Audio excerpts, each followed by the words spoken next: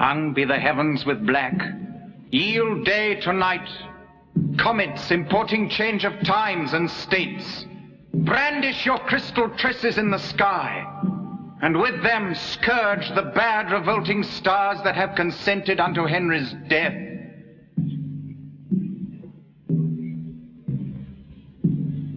King Henry V, too famous to live long. England ne'er lost a king of so much worth. England ne'er had a king until his time. Virtue he had, deserving to command. He ne'er left up his hand, but conquer it.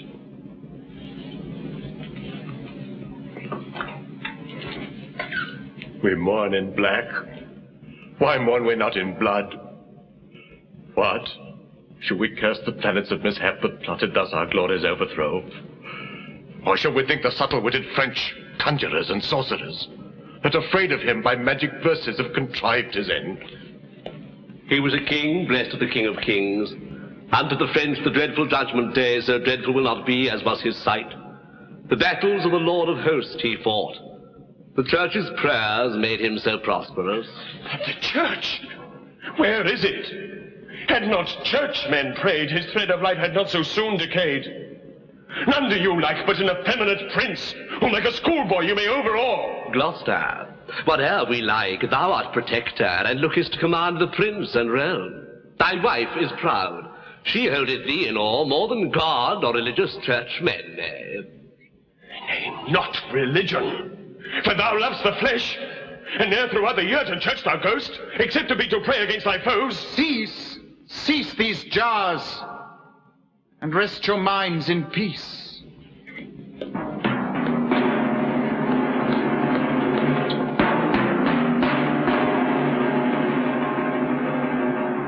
My honorable lords, health to you all.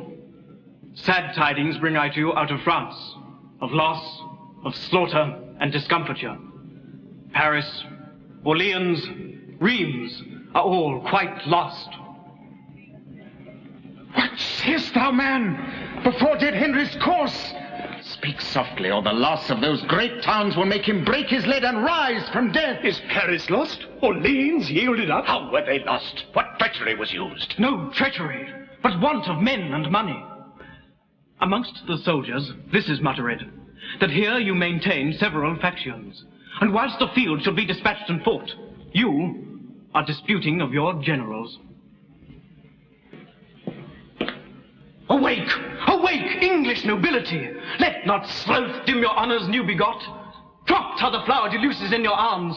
Of England's coat, one half is cut away.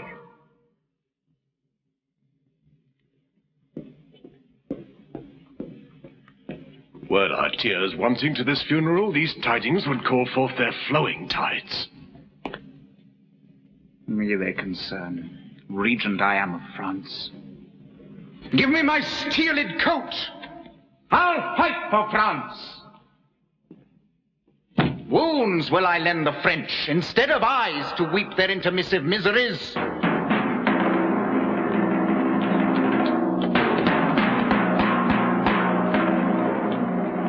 Lord, view this letter, full of bad mischance.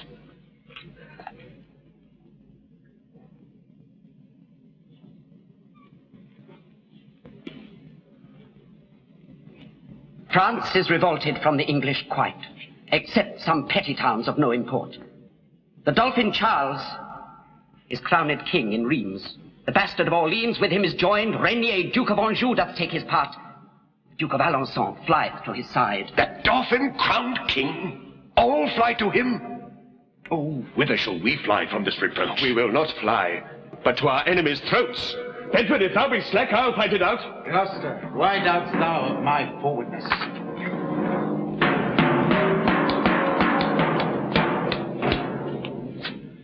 My gracious lords, to add to your laments, I must inform you of a dismal fight betwixt the stout Lord Talbot and the French. What? Wherein Talbot overcame? If so? Oh, no. Wherein Lord Talbot was o'erthrown.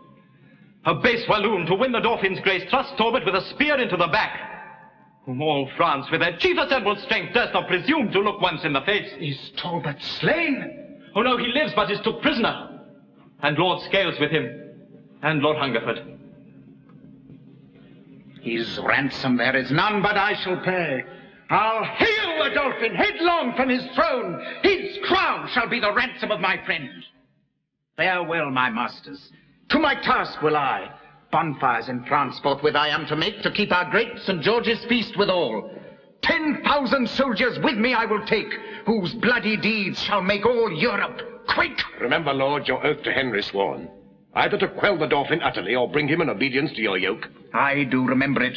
And here take my leave to go about my preparation. I'll to the tower with all the haste I can to view the artillery ammunition. And then I will proclaim young Henry king. To Eltham will I, where the young king is, being ordained his special governor, and for his safety there our best devise.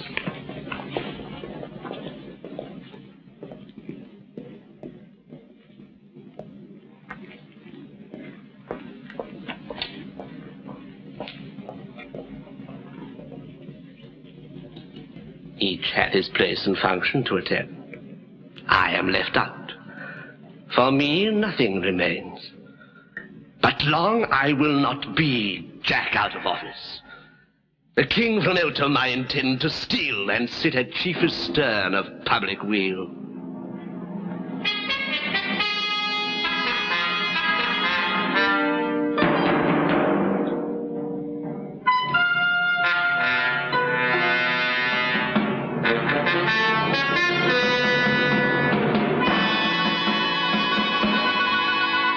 Mars, his true moving, e'en as in the heavens, so in the earth, to this day is not known. Late did he shine upon the English side. Now we are victors, upon us he smiles. What towns of any moment but we have? At pleasure here we lie near Orleans, otherwise the famished English, like pale ghosts, faintly besiege us 1 hour in a month. They want their porridge and their fat bull beeves.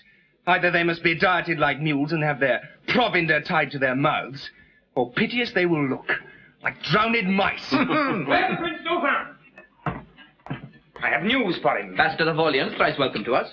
A holy maid hither with me I bring, which by a vision sent to her from heaven ordained is to raise this tedious siege and drive the English forth the bounds of France. The spirit of deep prophecy she hath, exceeding the 9 Sibyls of old Rome. What's past and what's to come she can descry. Speak, shall I call her in? Believe my words, for they are certain and unfallible. Go call her in. But first, to try her skill. Renier, stand thou as Dauphin in my place. Question her proudly. Let thy looks be stern. By this means shall we sound what skill she hath.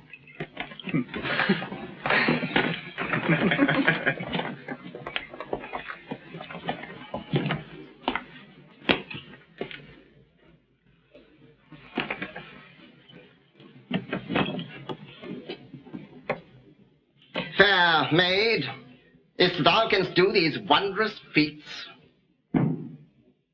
Rainier, is't thou that thinkest to beguile me?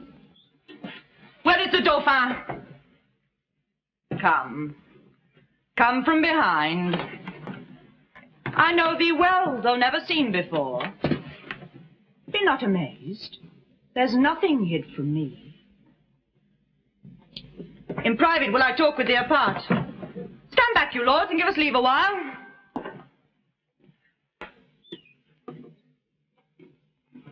Takes upon her bravely at first dash.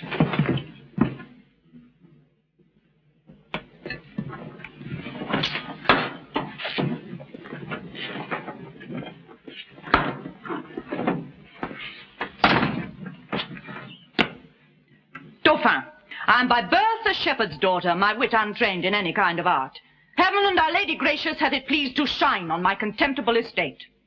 Lo, whilst I waited on my tender lambs, and to sun's parching heat displayed my cheeks, God's mother deigned to appear to me, and in a vision full of majesty willed me to leave my base vocation and free my country from calamity. Her aid she promised, and assured success.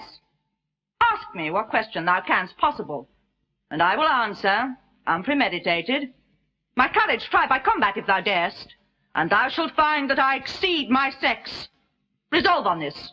Thou shalt be fortunate if thou receive me for thy warlike mate.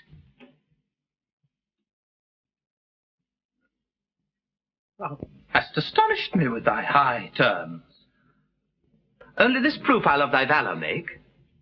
In single combat thou shalt buckle with me.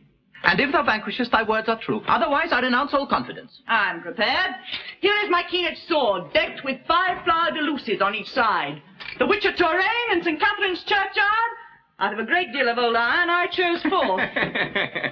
Then come on God's name. I fear no woman. While I live, I'll ne'er fly from a man. Ah.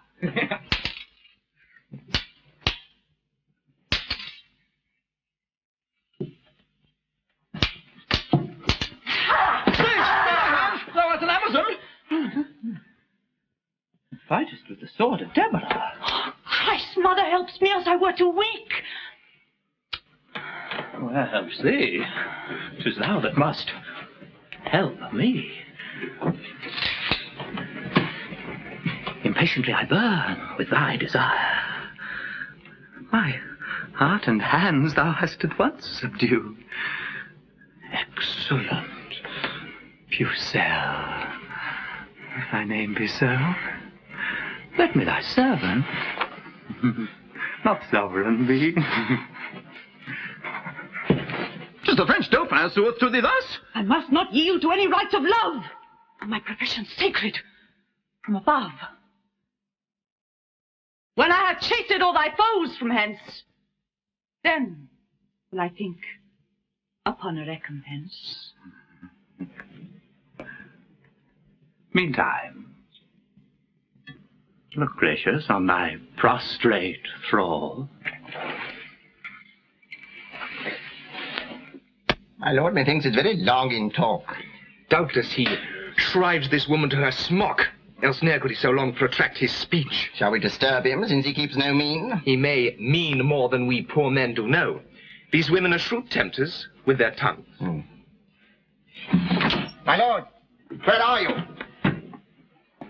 What devise you on? Shall we give Orleans or no? Why, no, I say. Distrustful recreants. Fight to the last gasp. I'll be your guard. What she says, I'll confirm. We'll fight it out. Assigned am I to be the English scourge. This night the siege assuredly I'll raise. Expect St. Martin's summer, Halcyon's day, since I have entered into these wars. Glory is like a circle in the water, which never ceaseth to enlarge itself, till by broad spreading it disperse to naught. With Henry's death, the English circle ends. Dispersed are the glories it included. Woman, do what thou canst to save our honors. Drive them from Orleans and be immortalized. Presently we'll try. Come, let's away about it. No prophet will I trust if she prove false. I am come to survey the tower this day. Since Henry's death, I fear there is conveyance. Where be these warders that they wait not here? Open the gates, Gloucester, 'tis the cause. Who's there that knocks so imperiously? He's the noble Duke of Gloucester. Whoe'er he be, you may not be let in. Villains! Answer you so, the Lord Protector? The Lord protect him! So we answer it. We do know otherwise than we are willed. Who will you, or whose will stands but mine? Break up the gates, I'll be your warranted.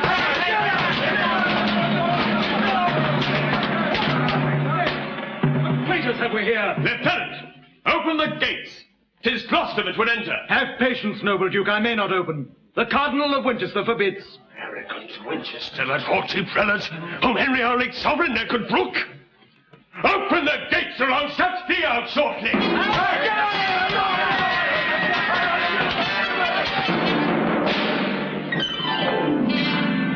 How now, ambitious Humphrey? What means this? Healed priest, dost thou command me to be shut out? I do, thou most usurping proditor, and not protector of the king or realm. Stand back, thou manifest conspirator, or I'll canvass thee in thy broad cardinal's hat if thou proceed in this thy insolence. Hey, stand thou back! I will not bite a foot! Draw, men, for all this privileged place! Blue coats to tawny coats! Priest, beware! Gloucester! Thou shalt answer this before the Pope! Winchester goose, I cry! A rout! Out, tawny coats! Out, scarlet hypocrites!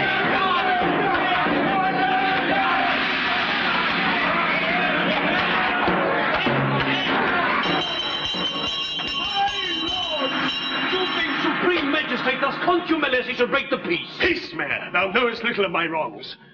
Here's Beaufort, that regards nor God nor king, had here to strain the tower to his use. Here's Gloucester, a foe to citizens, that seeks to overthrow religion because he is protector of the realm, and would have armor here out of the tower to crown himself king and suppress the prince. I will not answer thee with words, but blow!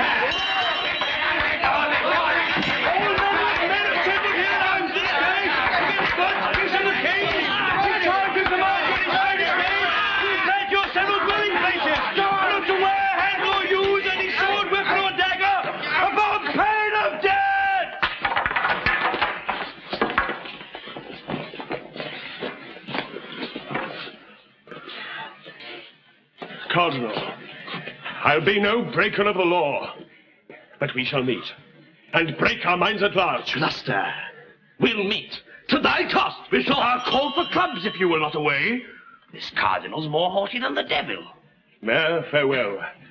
Thou dost but what thou mayest. Abominable Gloucester, guard thy head, for I intend to have it ere long. See the coast cleared there, then we will depart. Good God, these nobles should such stomachs bear. I myself fight not once in 40 years.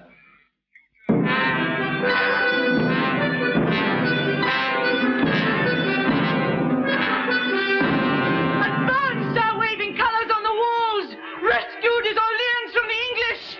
Thus Joan de Pucelle hath performed her word! Divinest creature, Astria's daughter, how shall I honour thee for this success? More blessed hath it near before our state. Dolphin, command the citizens make bonfires and feast and banquet in the open streets to celebrate the joy that God hath given. All France will be replete with mirth and joy when they shall hear how we have played the men. Tis Joan, not we, by whom the day is won. No longer on St. Denis shall we cry, but Joan de Pucelle shall be France's saint. Come in, and let us banquet royally after this golden day of victory.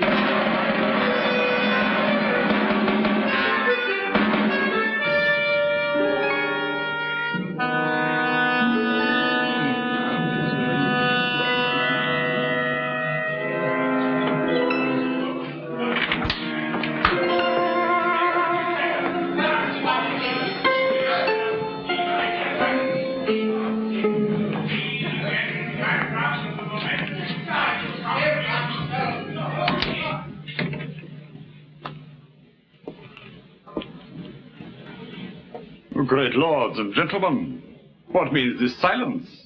Dare no man answer in a case of truth? Within the temple hall we were too loud. The garden here is more convenient. Then say at once, if I maintain the truth, or else was wrangling Somerset to the error. Judge you, my lord of Warwick, then, between us? Between two hawks, which flies the higher pitch? Between two dogs, which hath the deeper mouth? Between two girls, which hath the merriest eye? I have perhaps some shallow spirit of judgment, but in these nice, sharp quillets of the law, good faith, I am no wiser than a door. Tut, tut, here is a mannerly forbearance. The truth appears so naked on my side that any purblind eye could find it out. And on my side it is so well apparelled, so clear, so shining, and so evident, that it would glimmer through a blind man's eye. Well, since you are tongue-tied and so loath to speak, in dumb significance proclaim your thoughts. Let him that is a true-born gentleman and stands upon the honour of his birth, if he suppose that I have pleaded truth, from off this briar, pluck a white rose with me. Let him that is no coward nor no flatterer pluck a red rose from off this thorn with me. I love no colours, and without all colour, base insinuating flattery, I pluck this white rose with Plantagenet. I pluck a red rose with young Somerset, and say withal I think he held the right. Stay, lords and gentlemen. Pluck no more, till you conclude that he upon whose side the fewest roses are cropped from the tree shall yield the other in the right opinion. Good Master Vernon, 'tis well objected. If I have fewest, I subscribe in silence. And I. Then for the truth and plainness of the case, I pluck this pale and maiden blossom here, giving my verdict on the white rose side. Prick not your finger as you pluck it off, lest bleeding you do paint the white rose red and fall on my side, so against your will. Well? Well, come on, who else? Unless my study and my books be false, the argument you held was wrong in you, in sign whereof I pluck a white rose too. Now, Somerset, where's your argument? Here in my scabbard. Meditating that shall dye your white rose in a bloody red. Meantime, your cheeks do can't beat our roses. For pale they look with fear, as witnessing the truth on our side. No, Plantagenet, 'tis not for fear, but anger that thy cheeks blush for pure shame to counterfeit our roses, and yet thy tongue will not confess thy error. Hath not thy rose a canker, Somerset? Hath not thy rose a thorn, Plantagenet? Aye, sharp and piercing to maintain his truth, whilst thy consuming canker eats his falsehood. Well, I'll find friends to wear my bleeding roses, that shall maintain what I have said is true, where false Plantagenet dare not be seen. Now by this maiden blossom in my hand, I scorn thee in thy fashion, peevish boy. Turn not thy scorns this way, Plantagenet. Proud fool, I will, and scorn both him and thee. I'll turn my part thereof into thy throat. Away, away, good William de la Poole. We grace the yeoman by conversing with him. Now, by God's will, thou wrongest him, Somerset. His grandfather was Edmund, Duke of York, 5th son to the 3rd Edward, King of England. Spring crestless yeoman from so deep a root. He bears him on the place's privilege, or durst not for his craven heart say thus. By him that made me, I'll maintain my words on any plot of ground in Christendom. Was not thy father, Richard Earl of Cambridge, for treason executed now late king's days, at Southampton ere he embarked for France? His trespass yet lives guilty in thy blood. Until thou be restored, thou art a yeoman. My father was attached, not attainted, condemned to die for treason, but no traitor. And that I'll prove on better men than Somerset, when growing time once ripens to my will. Aye, and thou shalt find us ready for thee still, and know us by these colours for thy foes. For these, my friends, in spite of thee shall wear. Now, by my soul, this pale and angry rose will I forever in my faction wear. Go forward and be choked with thine ambition. And so farewell, until I meet thee next. Have with thee, Poole. Farewell, ambitious Richard. How am I braved, and must perforce endure it. This blot that they object against thy house shall be wiped out in the next Parliament, called for the truce of Winchester and Gloucester. And if thou be not then created York, I will not live to be accounted Warwick. Meantime, in signal of my love to thee against proud Somerset and William Poole, I will upon thy party wear this rose.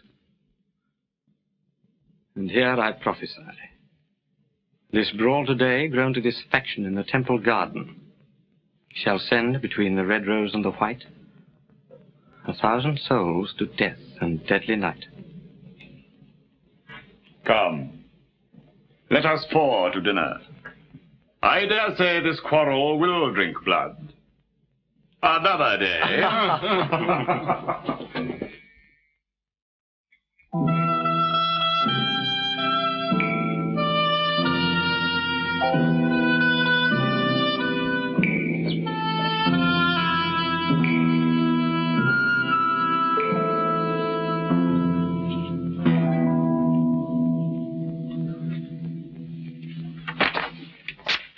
Comest thou with deep, premeditated lines, with written pamphlets studiously devised?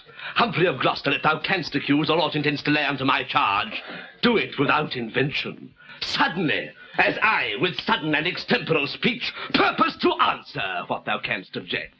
Presumptuous priest! This place commands my patience, or thou shouldst find thou hast dishonoured me. Think not, although in writing I prefer the manner of thy vile, outrageous crimes, that therefore I have forged, or am not able verbatim to rehearse the method of my pen. No, prelate. Such is thy audacious wickedness, thy lewd, pestiferous, and dissentious pranks, as very infants prattle of thy pride. Beside, I fear me, if thy thoughts were sifted, the king thy sovereign is not quite exempt from envious malice of thy swelling heart. No one but he should be about the king. 'Tis that engenders thunder in his breast, and makes him roar these accusations forth. But he shall know, I am as good. As good? Thou bastard of my grandfather! Gloucester! Thou art reverence touching thy spiritual function of thy life! Rome shall remedy this! Rome, thither then! Uncles of Gloucester and of Winchester!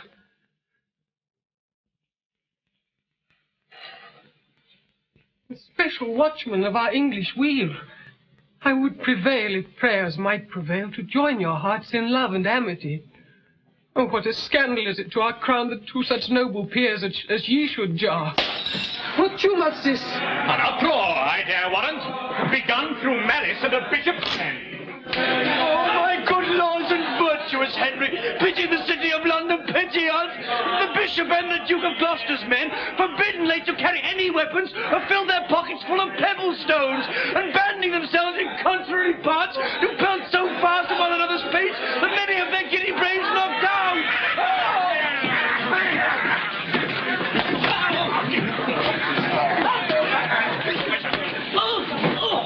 We charge you on allegiance to ourselves to hold your slaughtering hands and keep the peace. Pray, Uncle Gloucester, mitigate this strife. Hey, if we be forbidden stones, we'll fall to it with our teeth. Hey, you dare wear it! You of my household, leave this peevish broil, and set this unaccustomed fight aside. My lord, we know your grace to be a man just and upright, and for your royal birth, inferior to none but his majesty. And ere that we will suffer such a prince, so kind a father of the Commonwealth, to be disgraced by an incorn mate, we and our wives and children all will fight, and have our bodies slaughtered by thy foe. Stay, I say! And if you love me, as you say you do, let me persuade you to forbear a while. Oh, how this discord doth afflict my soul. Can you, my lord of Winchester, behold my sighs and tears, and will not once relent? Yield, Lord Protector, yield, Winchester. He shall submit, or I will never yield. Compassion on the king commands me stoop. Here, Winchester, I offer thee my hand. Why, Uncle Beaufort, I have heard you preach that malice was a great and grievous sin. For shame, my lord of Winchester, relent. What shall a child instruct you what to do? Well, Duke of Gloucester, I will yield to thee. Love for thy love, and hand for hand I give. Aye, but I fear me with a hollow heart. See here, my friends, and loving countrymen, this token serveth as a flag of truce betwixt ourselves and all our followers. So help me God, as I dissemble not. So help me God, as I intended not. Oh, loving uncle, kind Duke of Gloucester, how joyful am I made by this contract. Away, my masters, trouble us no more, but join in friendship, as your lords have done. Content, out to the surgeons. Well, on. And I'll see what physic the tavern affords, eh?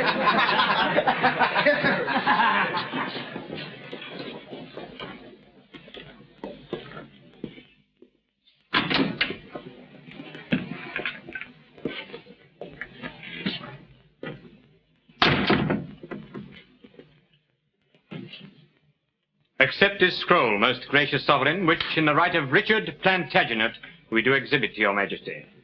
Well urged, my lord of Warwick. For, sweet prince, you have great reason to do Richard right. Especially for those occasions at Elton Place, I told your majesty. And those occasions, uncle, were of force. Therefore, my loving lords, our pleasure is that Richard be restored to his blood. So shall his father's wrongs be recompensed. As will the rest, so willeth Winchester. If Richard will be true, not that alone, but all the whole inheritance I give that doth belong unto the house of York, from whence you spring by lineal descent. Thy humble servant vows obedience and humble service to the point of death. Stoop then and set your knee against my foot. I gird thee with the valiant sword of York. Rise, Richard, like a true Plantagenet, and rise created princely Duke of York. Welcome, High Prince, the mighty Duke of York. Perish, base prince, ignoble Duke of York. Now will it best avail your majesty to cross the seas and to be crowned in France. But yet before we go, let's not forget my noble Uncle Bedford, late deceased. A braver soldier never couched lance, a gentler heart did never sway in court.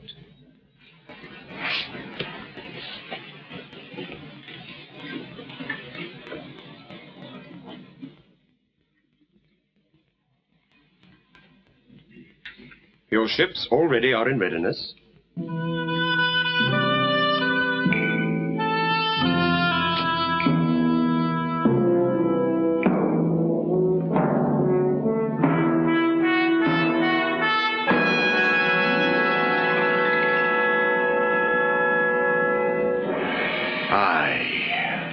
We may march, in England or in France, not seeing what is likely to ensue.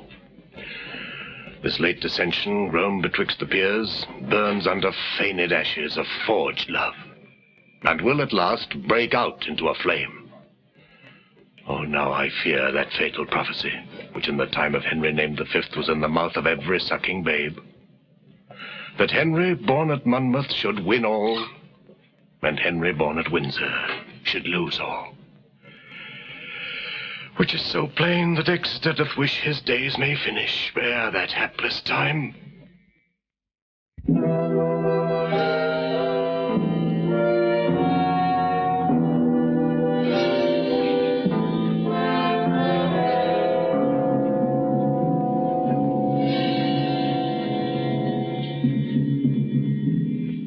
Lord Bishop, set the crown upon his head. God save King Henry, of that name the sixth. God save King Henry, of that name the sixth.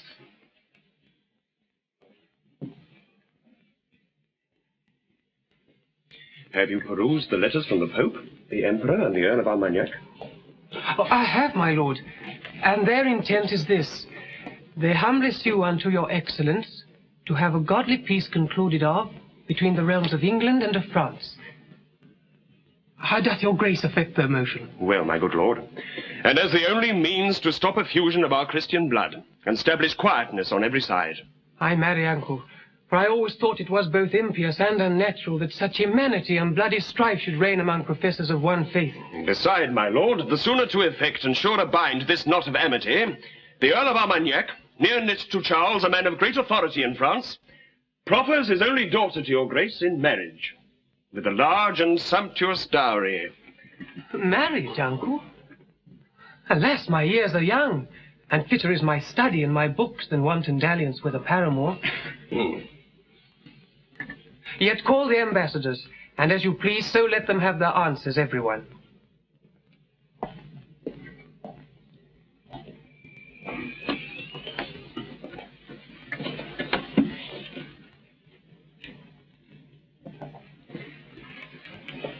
My lords ambassadors, your several suits have been considered and debated on. Your purpose is both good and reasonable, and therefore are we certainly resolved to draw conditions of a friendly peace, which, by my lord of Winchester we mean, shall be transported presently to France. And for the proffer of my lord your master, I have informed his highness so at large, as liking of the lady's virtuous gifts, her beauty, and the value of her dower, he doth intend she shall be England's queen. In argument and proof of which contract, bear her this jewel, pledge of my affection. And so, my Lord Protector, see them guarded and safely brought to Dover, wherein shipped, commit them to the fortune of the sea.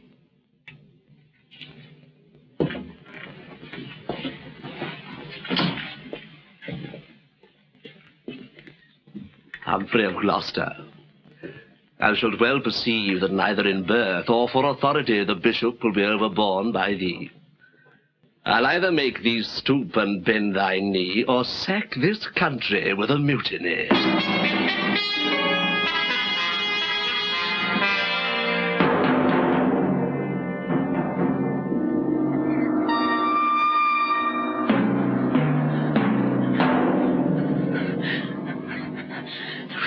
conquers and the Frenchmen fly. Help me, charming spells and periapts, and ye choice spirits that admonish me and give me signs of future accidents. You speedy helpers that are substitutes under the lordly monarch of the north, appear and aid me in this enterprise.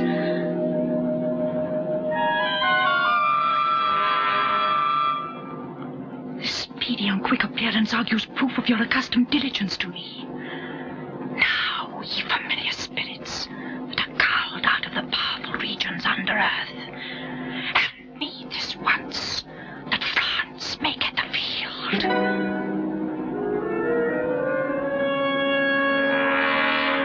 Oh, hold me not with silence overlong.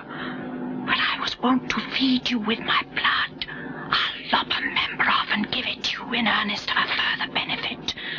So you do condescend to help me now. No hope to have redress. My body shall pay recompense if you will grant my suit. Cannot my body nor blood sacrifice entreat you to your wonted furtherance? Then take my soul, my body, soul, and all, before that England give the French the foil.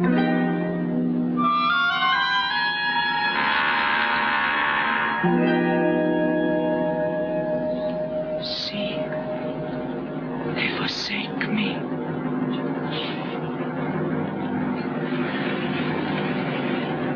Now the time's come that France must veil her lofty plumed crest and let her head fall into England's lap.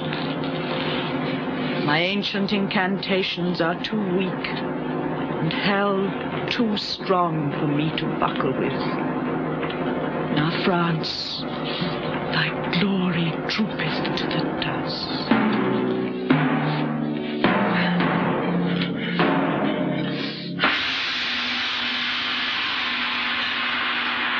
Damsel of France, I think I have you fast.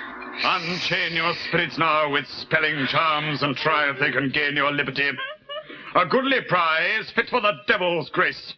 See how the ugly witch doth bend her brows, as if with Circe she would change my shape.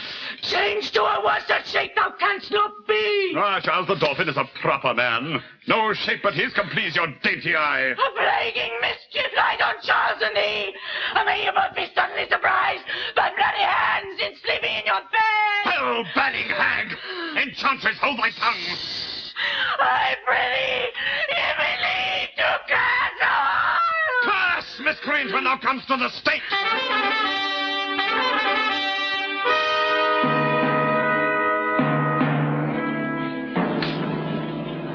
Be what thou wilt, thou art my prisoner.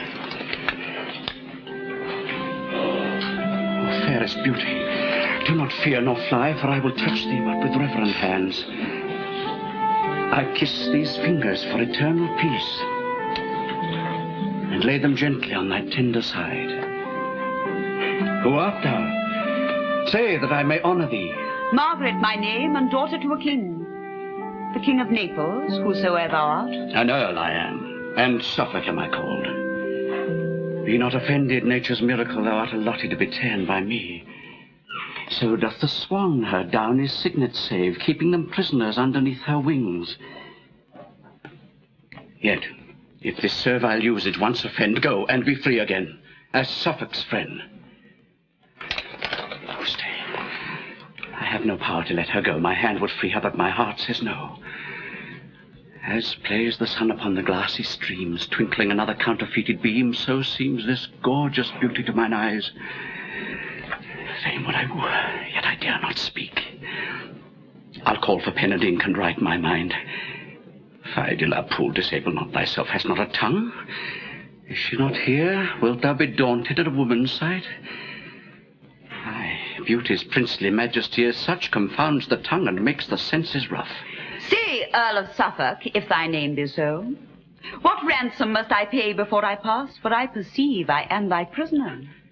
How canst thou tell she will deny thy suit before thou make a trial of her love? Why speakest thou not? What ransom must I pay? She is beautiful, therefore to be wooed. She is a woman, therefore to be won. Wilt thou accept of ransom, yea or no? Fond man, remember that thou hast a wife. Then how can Margaret be thy paramour? I were best leave him, for he will not hear. There all is marred. There lies a cooling card. He talks at random. Sure, the man is mad. And yet a dispensation may be had. And yet, I would that you would answer me. I'll win this Lady Margaret. For whom? Why, for my king. Tush, that's a wooden thing. He talks of wood. It is some carpenter. Yet so my fancy may be satisfied, and peace established between these realms. Yet there remains a scruple in that too, for though her father be the King of Naples, Duke of Anjou and Maine, yet is he poor, and our nobility will scorn the match. Hear ye, Captain. Are ye not at leisure? It shall be so. Disdain they ne'er so much. Henry is youthful and will quickly yield. Madam, I have a secret to reveal. What though I be enthralled? He seems a knight and will not any way dishonor me. Lady, vouchsafe to listen what I say. Perhaps I shall be rescued by the French, and then I need not crave his courtesy. Sweet madam, give me hearing in a cause. Hush, women have been captivated ere now. Lady, wherefore talk you so? I cry you mercy. 'Tis but quid for quo. Say, gentle princess, would you not suppose your bondage happy to be made a queen? To be a queen in bondage is more vile than is a slave in base servility. For princes should be free. And so shall you, if happy England's royal king be free. Why, what concerns his freedom unto me? I'll undertake to make thee Henry's queen. To put a golden scepter in my hand and set a precious crown upon thy head, if thou wilt condescend to be my... What? His love. I am unworthy to be Henry's wife. No, gentle madam, I unworthy am to woo so fair a dame to be his wife, and have no portion in the choice myself. How say ye, madam, are ye so content? And if my father please, I am content. Then, call our captains and our colours forth. And, madam, at your father's castle walls, we'll crave a parley to confer with him.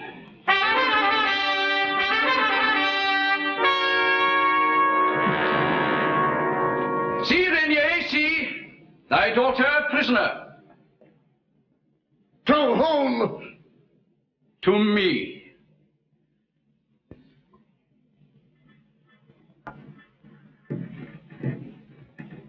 Suffolk, what remedy? I am a soldier and unapt to weep, or to exclaim on fortune's fickleness. Yes, there is remedy enough, my lord. Consent, and for thine honour give consent. Thy daughter shall be wedded to my king, and this her easy held imprisonment hath gained thy daughter princely liberty. Speaks Suffolk as he thinks. Fair Margaret knows that Suffolk doth not flatter, face, nor feign. Upon thy princely warrant I descend, to give the answer of thy just demand. And here I will expect thy coming.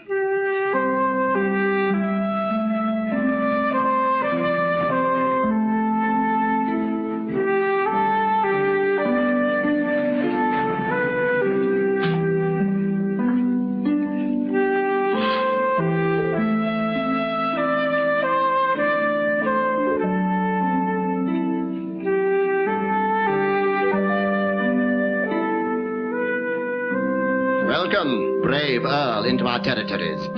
Command in Anjou what your honour pleases. What answer makes your grace unto my suit? Upon condition I may quietly enjoy mine own, the counties Maine and Anjou, free from oppression or the stroke of war. My daughter shall be Henry's, if he please. That is her ransom. I deliver her. And those 2 counties I will undertake your grace shall well and quietly enjoy. And I again, in Henry's royal name, as deputy unto that gracious king, give thee her hand for sign of plighted faith. Rainier of France, I give thee kingly thanks. Because this is in traffic of the king, although methinks I could be well content to be mine own attorney in this case. I'll over then to England with this news and make this marriage to be solemnized. Farewell, my lord. Good wishes, praise, and prayers shall Suffolk ever have of Margaret. Farewell, sweet madam. But hark you, Margaret. No princely commendations to my king? Such commendations as become a maid, a virgin, and his servant say to him. Words sweetly placed and modestly directed.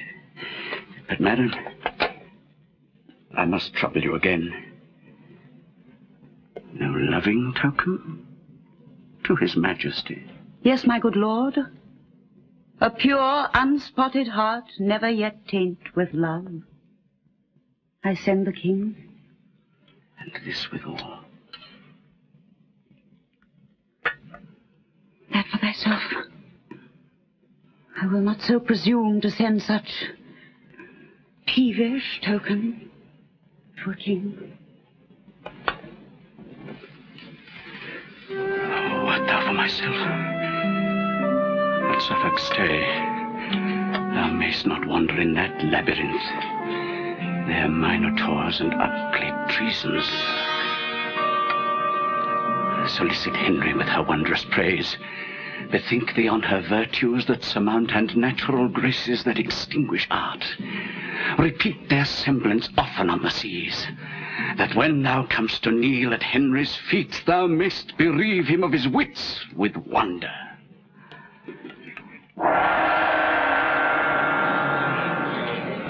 Bring forth that sorceress condemned to burn.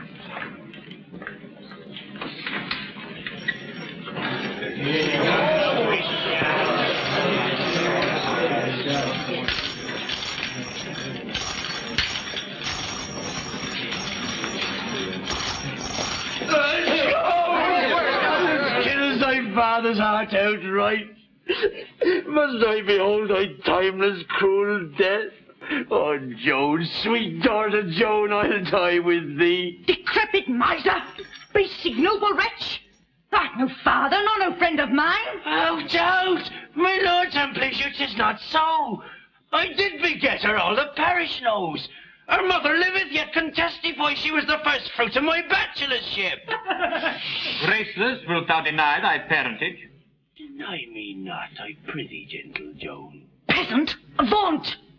You have suborned this man of purpose to obscure my noble birth.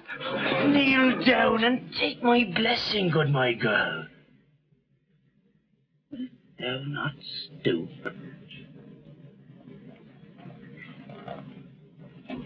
And cursed be the time of thy nativity. I wish when thou didst keep my lambs afield, some ravenous wolf had eaten thee. Dost thou deny thy father, cursed brand? Oh, Take her away, for she hath lived too long to fill the world with vicious qualities. Let me tell you whom you have condemned. Not me, begotten of a shepherd's swain, but issued from the progeny of kings, virtuous and holy, chosen from above to work exceeding miracles on earth. No! Misconceived! Joan of Arc has been a virgin from her tender infancy, chaste and immaculate in very thought. Aye, aye. Away with her to execution. And hark ye, sirs. Because she is a maid, spare for no faggots, let there be an owl. Place barrels of pitch upon the fatal stake, that so her torture may be shortened.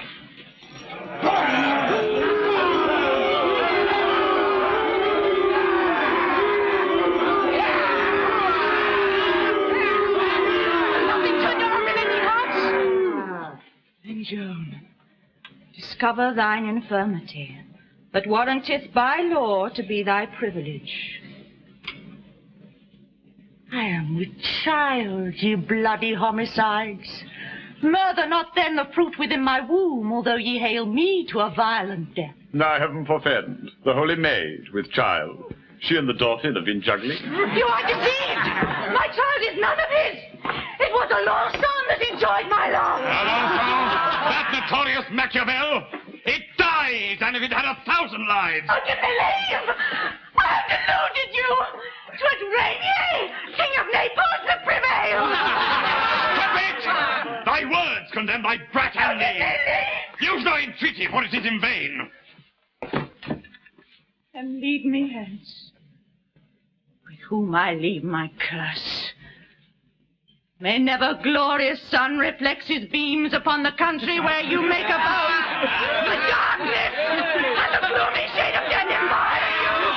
To mischief and despair, drive you to brave demands.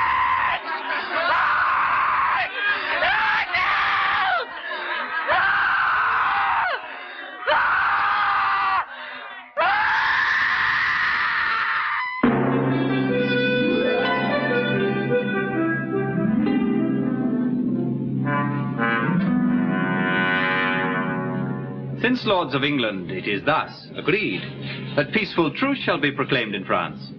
We come to be informed by yourselves what the conditions of that league must be.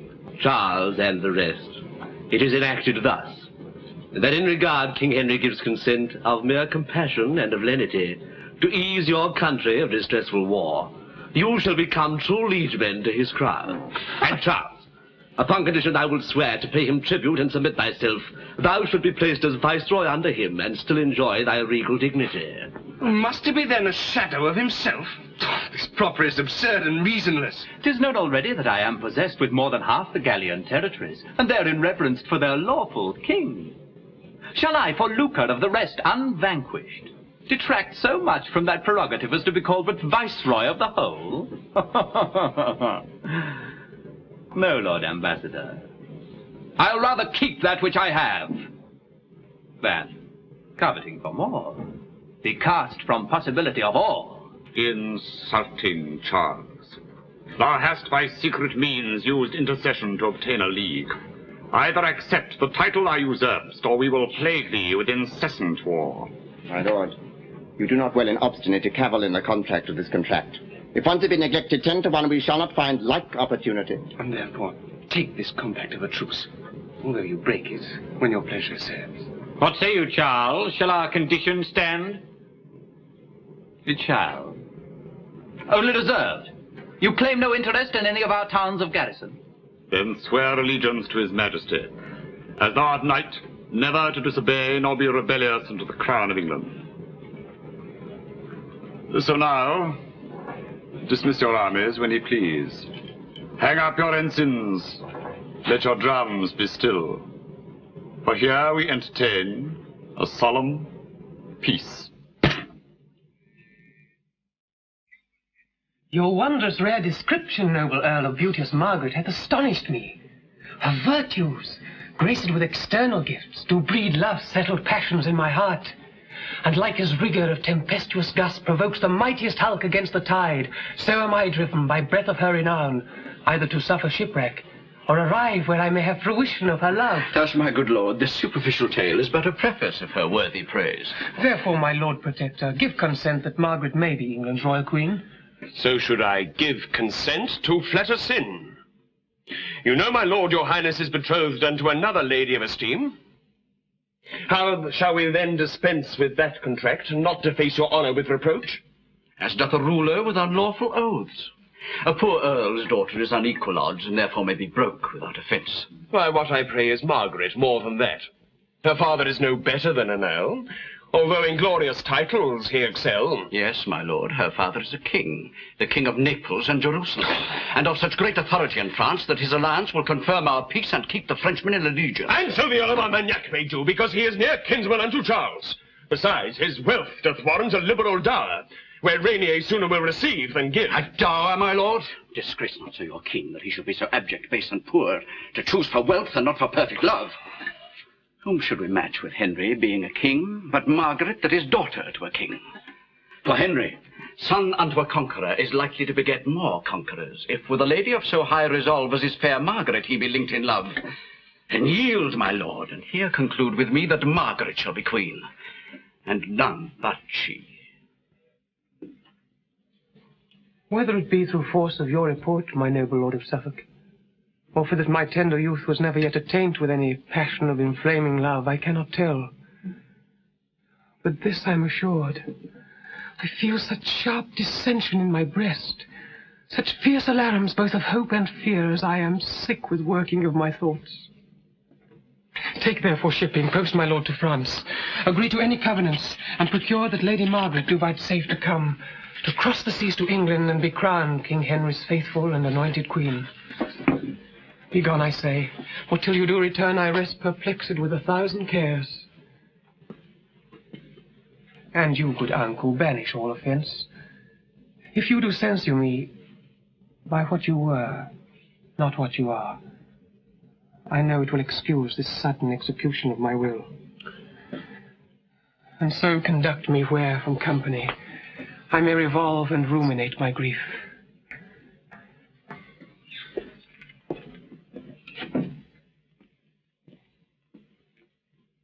Aye. Grief, I fear me, both at first and last.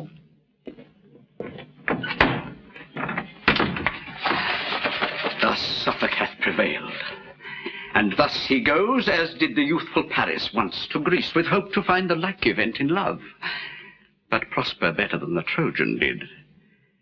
Margaret shall now be queen and rule the king, but I will rule both her, the king, and realm.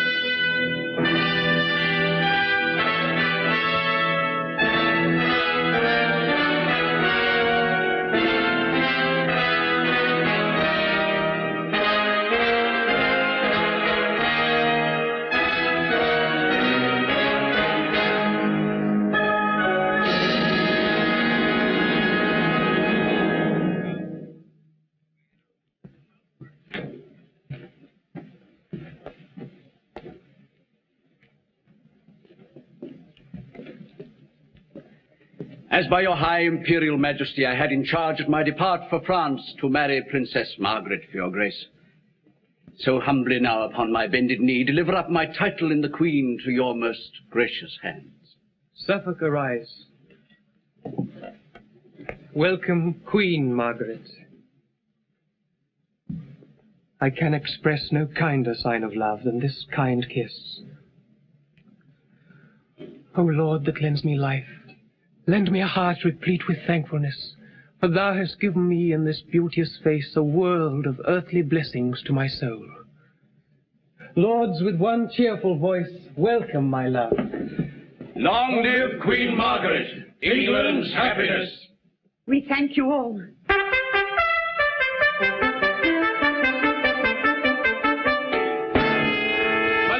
Protector, so it please your grace, here are the articles of contracted peace between our sovereign and the French King Charles. Imprimis, it is agreed between the French King Charles and William de la Pole, Marquis of Suffolk, ambassador for Henry, King of England, that the said Henry shall espouse the Lady Margaret, daughter unto Rainier, King of Naples, Sicilia, and Jerusalem, and crown her Queen of England ere the 30th of May next ensuing. Item, that the Duchy of Anjou and the County of Maine shall be released and delivered to the King her father. Uncle, how now? Pardon me, gracious lord, some sudden qualm hath struck me at the heart and dimmed mine eyes that I can read no further. Uncle of Winchester, I pray, read on. Item, it is further agreed between the Duchess of Anjou and Maine she be released and delivered over to the King her father, and she sent over of the King of England's own proper cost and charge, without having any dowry. They please us well. Lord Marquis, kneel down. We here create thee the first Duke of Suffolk, and gird thee with the sword.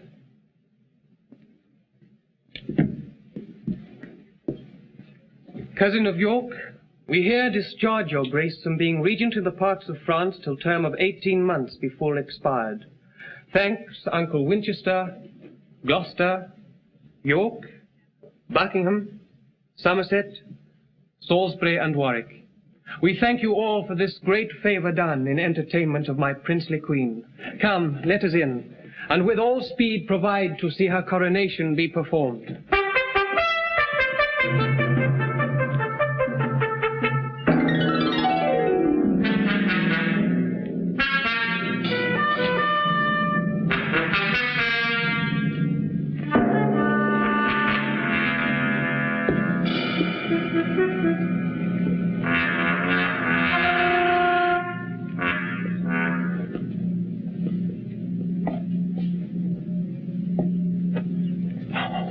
Brave peers of England, pillars of the state, to you, Duke Humphrey, must not note his grief.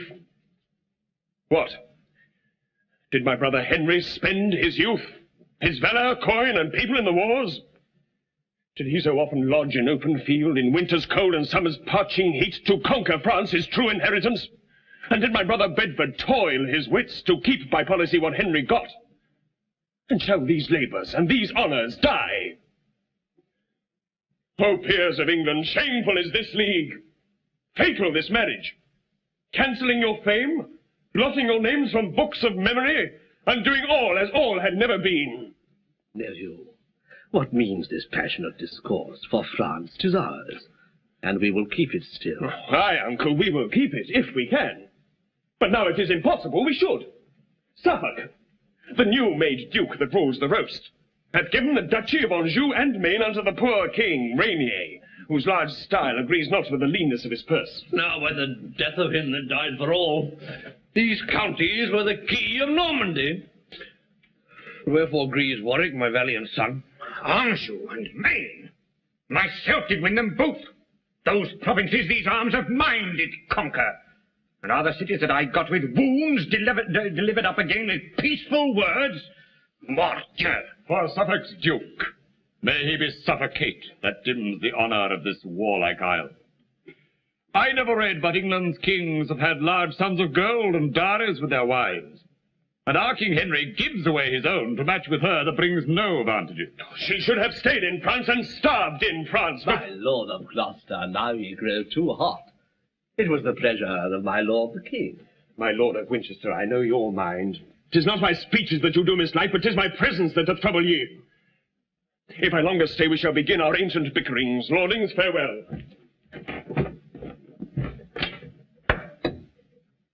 And say, when I am gone, I prophesied France will be lost ere long.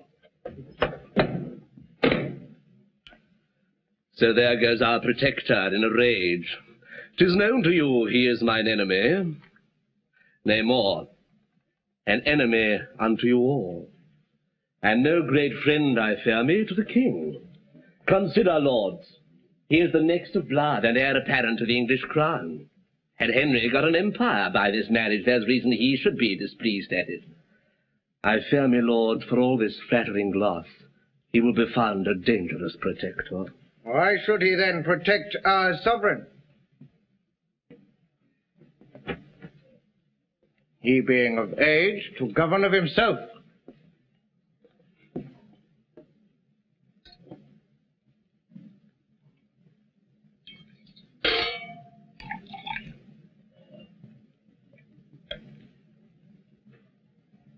Cousin Somerset, join you with me, and all together with the Duke of Suffolk, we'll quickly hoist Duke Humphrey from his seat. This weighty business will not brook delay. Out to the Duke of Suffolk presently. Cousin of Buckingham, though Humphrey's pride and greatness of his place be grief to us, yet let us watch the haughty cardinal. His insolence is more intolerable than all the princes of the land beside. If Gloucester be displaced, he'll be protector. Or thou or I, Somerset, will be protector, despite Duke Humphrey or the cardinal. Pride went before, ambition followed him. Warwick, my son, the comfort of my age, thy deeds, thy plainness, and thy housekeeping have made thee feared and honoured of the people. Join you with me for the common good, in what we can to bridle and suppress the pride of Somerset and the cardinal, and as we may, cherish Duke Humphrey's deeds while they do tend the profit of this land. So God help Warwick, as he loves the land and common profit of his country. And so says York, for he hath greatest cause.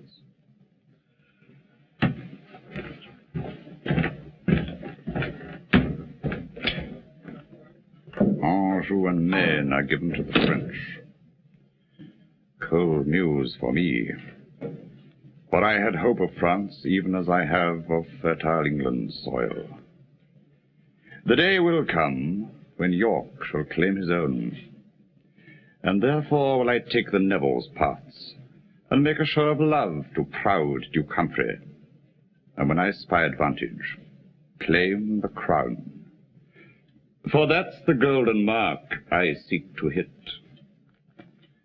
Nor shall proud Lancaster usurp my right, nor hold the sceptre in his childish fist, nor wear the diadem upon his head, whose church-like humours fit not for a crown. Then York, be still a while till time do serve. Watch thou and wake, while others be asleep, to pry into the secrets of the state. Till Henry, surfeiting in joys of love with his new bride and England's dear-bought queen, and Humphrey with the peers befallen at jars, then will I raise aloft the milk-white rose, and in my standard bear the arms of York to grapple with the house of Lancaster.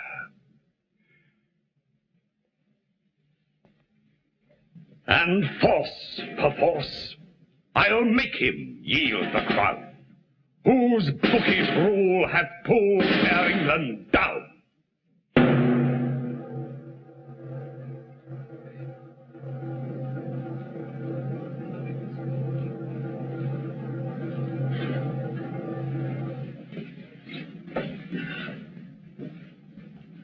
Why droops, my lord? Like over-ripened corn, hanging the head at Ceres' plenteous load?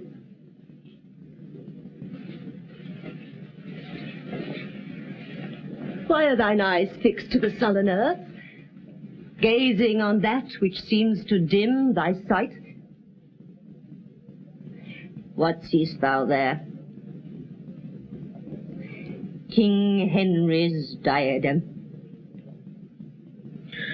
Oh, Nell, sweet Nell, if thou dost love thy lord, banish the canker of ambitious thoughts.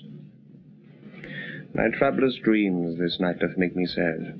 What dreamed, my lord? Tell me, and I'll requite it with sweet rehearsal of my morning's dream. Methought the staff mine office badge in court was broke in twain, by whom I have forgot. but as I think 'twas by the cardinal. And on the pieces of the broken wand were placed the heads of Edmund, Duke of Somerset, and William de la Pole, 1st Duke of Suffolk. Oh, this was nothing but an argument that he that breaks a stick of Gloucester's grove shall lose his head for his presumption. But listen to me, my Humphrey, my sweet Duke. Methought I sat in seat of majesty, and on that chair where kings and queens are crowned, there Henry and Dame Margaret kneel to me, and on my head did set the diadem. Nay, Eleanor, then must I chide outright. Art thou not second woman of the realm? Hast thou not worldly pleasure at command? And wilt thou still be hammering treachery to tumble down thy husband and myself, from top of honour to disgrace his feet? Away from me, and let me hear no more. What, my lord? Are you so choleric with Eleanor for telling but her dream? Next time I'll keep my dreams unto myself and not be checked. My Lord Protector. Tis His Highness' pleasure you do prepare to ride into St. Albans, where's the King and Queen to meet a hawk. I go. Come, Nell. Thou wilt ride with us? Yes, my good lord, I'll follow presently.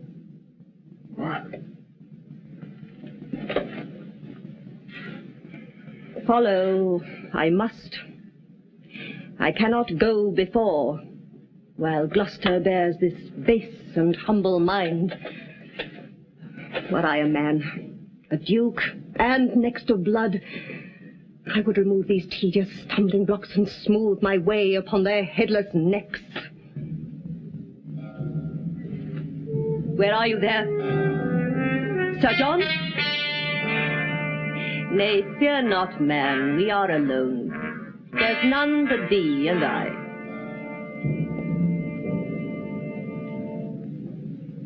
Jesus preserve your royal majesty. What sayest thou, majesty? I am but grace. But by the grace of God and Hume's advice, your grace's titles shall be multiplied. What sayest thou, man? Hast thou conferred with Margaret Jourdain, the cunning witch, with Roger Bolingbroke, the conjurer, and will they undertake to do me good? This they have promised to show your highness, a spirit raised from depth of underground, that shall make answer to such questions as by your grace shall be propounded him. It is enough. I'll think upon the questions. When from St. Albans we do make return, we'll see these things effected to the full. Here, Hume, take this reward. Make merry, man, with thy confederates in this weighty cause.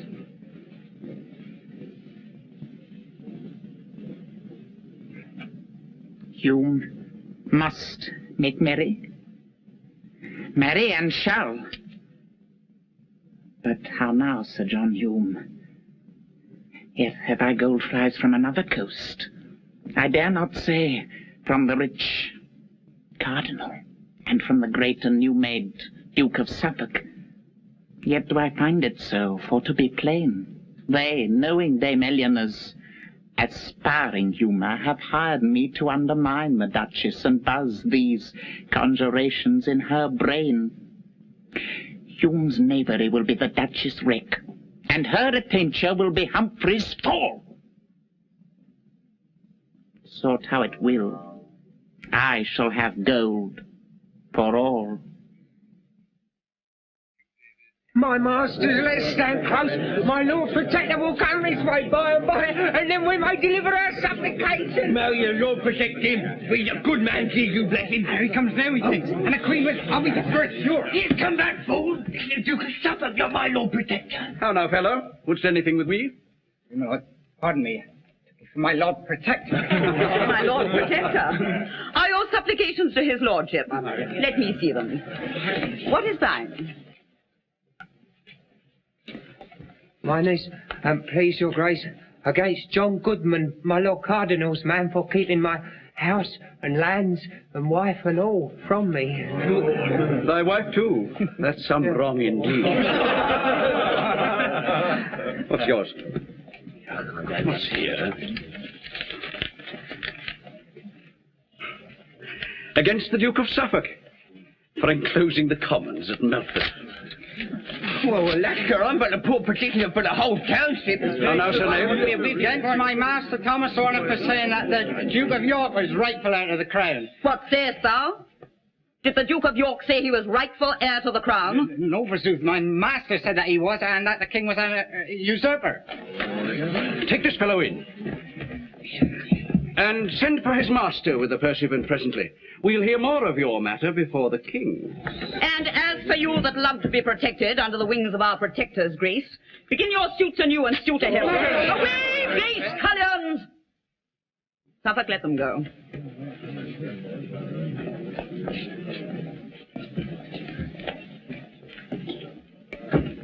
My lord of Suffolk, say, is this the guise? Is this the fashion in the court of England?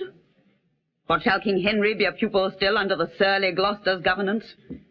Am I a queen in title and in style, and must be made a subject to a duke? I tell thee, fool, when in the city tour thou ranst a tilt in honour of my love, I thought King Henry had resembled thee in courage, courtship, and proportion. But all his mind is bent to holiness. His study is his tilt-yard, and his loves are brazen images of canonized saints. Would the College of the Cardinals would choose him Pope and carry him to Rome, and set the triple crown upon his head. Madam, be patient. As I was cause your highness came to England, so will I in England work your grace's full content. Beside the haughty protector have we Beaufort, the imperious churchman, Somerset, Buckingham, and grumbling York, and not the least of these but can do more in England than the king. And he of these that can do most of all cannot do more in England than the Nevilles. I reckon Salisbury are no simple peers. Not all these lords do vex me half so much as that proud dame, the Lord Protector's wife. Shall I not live to be avenged on her, contemptuous, base-born calater she is? Madam, myself have limed a bush for her. So let that rest. And, madam, list to me. Although we fancy not the cardinal, yet must we join with him and with the lords, till we have brought Duke Humphrey in disgrace.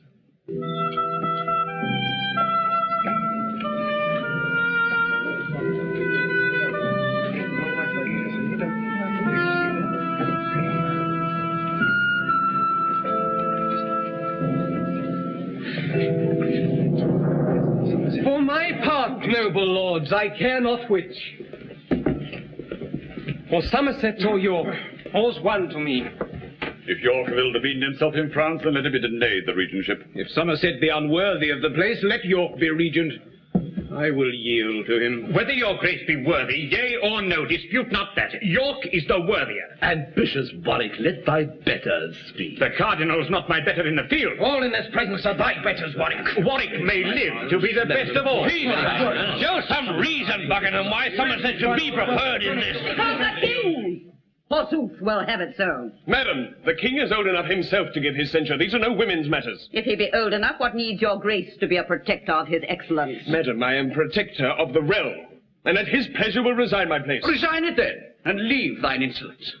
Since thou wert king, as who is king but thou, the Commonwealth hath daily run to wreck. The Dolphin hath prevailed beyond the seas. The Commons hast thou racked. The clergy's bags are lank and lean with thy extortions. Thy sumptuous buildings and thy wife's attire have cost a massive public treasury. Thy cruelty and execution upon offenders hath exceeded law, and left thee to the mercy of the law. Thy tale of offices in towns in France, if they were known as the suspect is great, would quickly make thee hop without thy head.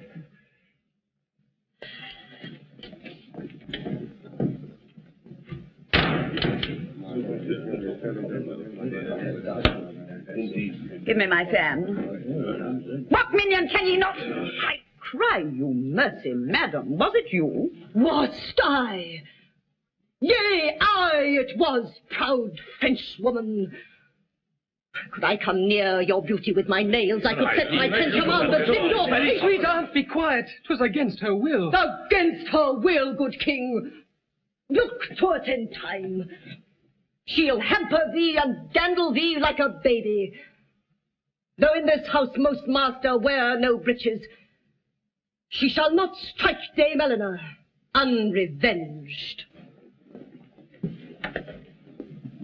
Lord Cardinal, I will follow Eleanor. She's tickled now. Her fury needs no spurs. She'll gallop far enough to her destruction.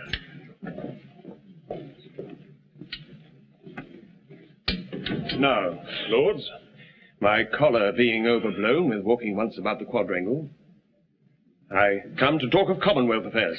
Before we make decision, give me leave to show some reason of no little force that York is most unmeet of any man to be your regent in the realm of France. Is it, your majesty?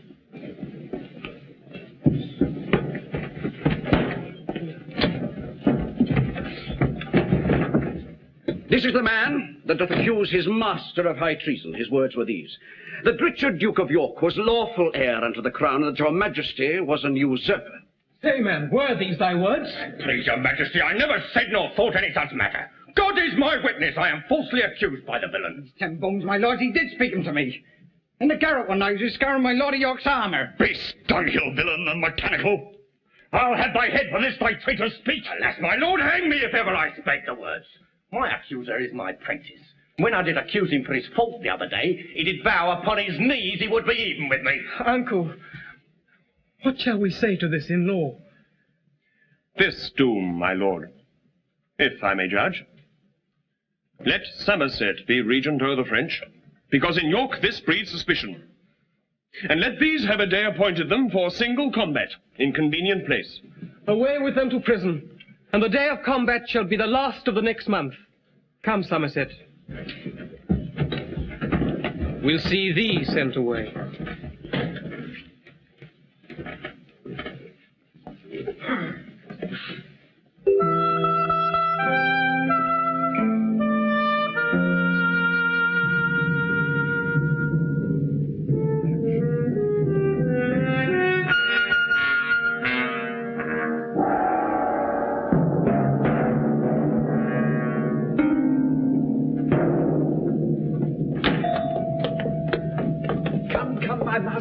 The Duchess, I tell you, expects performance of your promises. Master Hume, we are therefore provided. Will her ladyship behold and hear our exorcism? Aye, aye, what else? Fear you not her courage? It will be convenient, Master Hume, if you be by her aloft while we be busy below.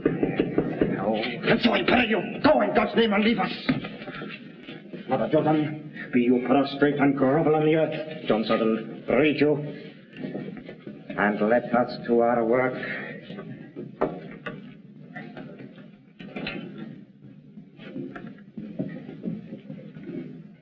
Well said, my masters, and welcome all to this year. The sooner the better. Patience, good lady. Wizards know their times. Deep night, dark night, the silent of the night, the time when screech owls cry and ban dogs howl, and spirits walk, and ghosts break up their graves. That time best fits the work we have in hand. Madam, sit you and fear not. Whom we raise, we shall make fast within a hallowed verge. Sint mihi Dei acherontis propiti, veniet numen triplex Jehovah, ignei eri equitane spiritus salvated. Orientis princeps Beelzebub infane ardentis Monica. Et demagogon propitiamus vos, ut appariat et surgat asmat quod tumeraris. Jehovah Gehennam et consecratum aquam quam nunc spardo. Signumque crucis quod nunc fatio et per vota nostra. Ipse nunc surgat nobis diciatus asma. Asum. Asma? by the eternal God, whose name and power thou tremblest at, answer that I ask. For till thou speak, thou shalt not pass from hence. Ask what thou wilt that I had said and done. First of the king. What shall of him become? And you yet live, but Henry shall depose, let him outlive, and die a violent death. What fates await the Duke of Suffolk? By water shall he die, and take his end. What shall befall the Duke of Somerset? Let him shun castles. Safer shall he be upon the sandy plains than where castles mounted stand. I'm done! For more I hardly can endure!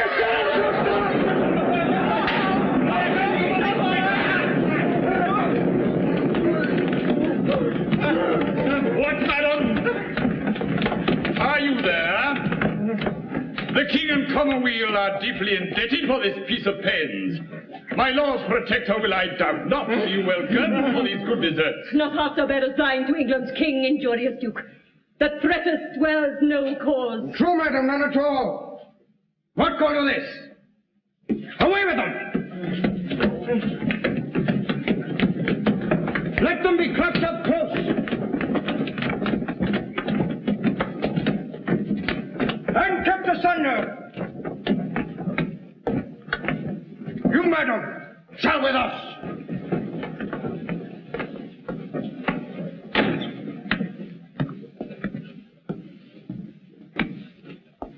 The king is now in progress towards St. Albans, and with him the husband of this lovely lady. What fate awaits the Duke of Suffolk? By water shall he die, and take his end.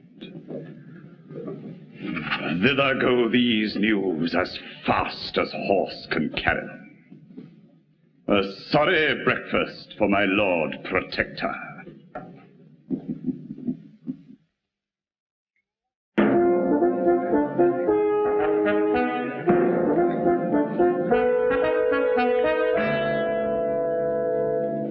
Believe me, lords, for flying at the brook I saw not better sport these 7 years' day, yet by your leave the wind was very high. But what a point, my lord, your falcon made, and what a pitch he flew above the rest. No marvel, and it like your majesty, my lord Protector's hawks do tower so well.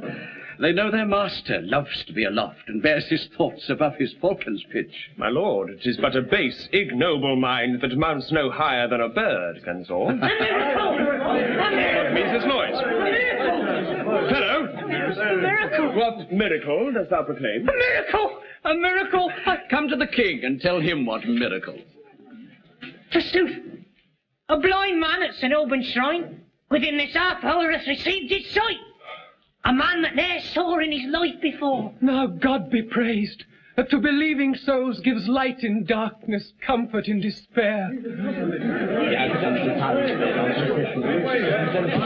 Stand by, my masters. Bring him near the king. His highness' pleasure is to talk with him. Good fellow, tell us here the circumstance. What, hast thou long been blind and now restored? Born blind, and please your grace. Aye, indeed was he. What woman is this? His wife, and like your worship. Where wert thou born? Berwick, in the north, and like your grace. Poor soul, God's goodness hath been great to thee. Tell me, good fellow, camest thou here by chance, or of devotion to this holy place? Oh, God knows, of pure devotion, being called 100 times and oftener in my sleep by good St. Alban, who said, Simon, come offer at my shrine, and I will help thee. What, art thou lame? Aye, God Almighty help me. How camest thou so? I fall off of a tree. A plum tree, master. How long hast thou been blind? Oh, born so, master. What, and wouldst climb a tree? Better than all my life when I was a youth. Oh, too true, and bout his climbing very dear. Mass, thou lovest plums well, that wouldst venture so. Oh, alas, good master, my wife desired some damsons and made me climb, with the danger of my life. A subtle knave, but yet it will not serve. Let me see thine eyes. Now wink them. Now open them. In my opinion, yet thou seest not well. Oh, yes, master. Clear as day, thank God. Answered Albans. Sayest thou me so? And what colour is this cloak of? Red, master. Red as blood. Why, that's well said. And what colour is my gown of? Black, forsooth. Coal black as jet. Why, then thou knowest what colour jet is of. And yet I think jet did he never see. But cloaks and gowns before this day are many. Never before this day in all his life. Tell me, sirrah, what's my name? Oh, alas, master, I know not. And what's his name? I know not. Nor his? No, indeed, master. What's thine own name? Saunders Simcox, and if it please you, master. Then, Saunders, sit there, the lyingest knave in Christendom. If thou hadst been born blind, thou mightst as well have known all our names as thus to name the several colours we do wear.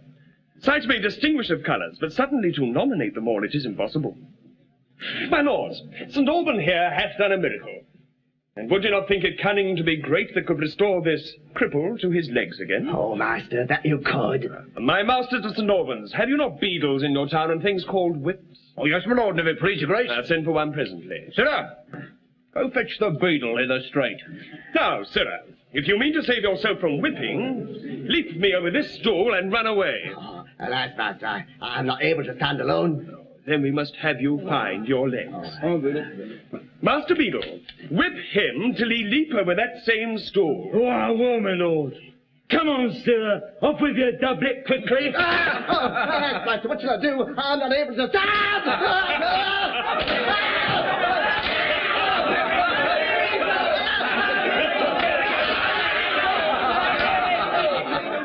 Oh, God. Cease thou this and bearest so long. It made me laugh to see the villain run. Now follow the knave and take this drab away. Alas, sir, we did it for Peony. Let them be whipped through every market town until they come to Berwick, from whence they came. Duke Humphrey has done a miracle today. True. Made the lame to leap and fly away. But you have done more miracles than I. You made in a day, my lord, whole towns to fly. What tidings of our cousin Buckingham? Such as my heart doth tremble to unfold. Thoughts of naughty persons, lewdly bent, under the countenance and confederacy of Lady Eleanor, the Protector's wife, have practiced dangerously against your state, dealing with witches and with conjurers, whom we have apprehended in the fact, raising up wicked spirits from under earth, demanding of King Henry's life and death, and other of your highness privy council. This news, I think, hath turned your weapon's edge. Ambitious churchman, leave to afflict my heart. Sorrow and grief have vanquished all my powers. And vanquished as I am, I yield to thee or to the meanest groom. Oh, God, what mischiefs work the wicked ones, heaping confusion on their own heads thereby. Gloucester, see here the tincture of thy nest, and look thyself be faultless, thou at best. Madam, for myself to heaven I do appeal, how I have loved my king and commonweal. And for my wife,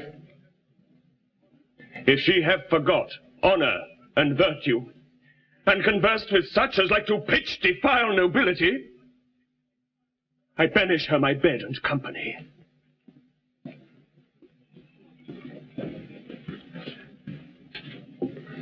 Well, for this night we will repose us here. Tomorrow towards London back again to look into this business thoroughly and call these foul offenders to their answers.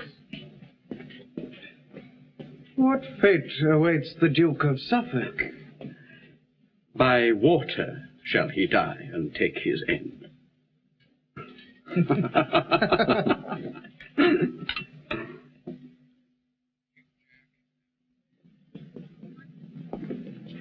Now, my good lords of Salisbury and of Warwick, our simple supper ended, give me leave to satisfy myself in craving your opinion of my title, which is infallible to England's crown. Sweet York, begin.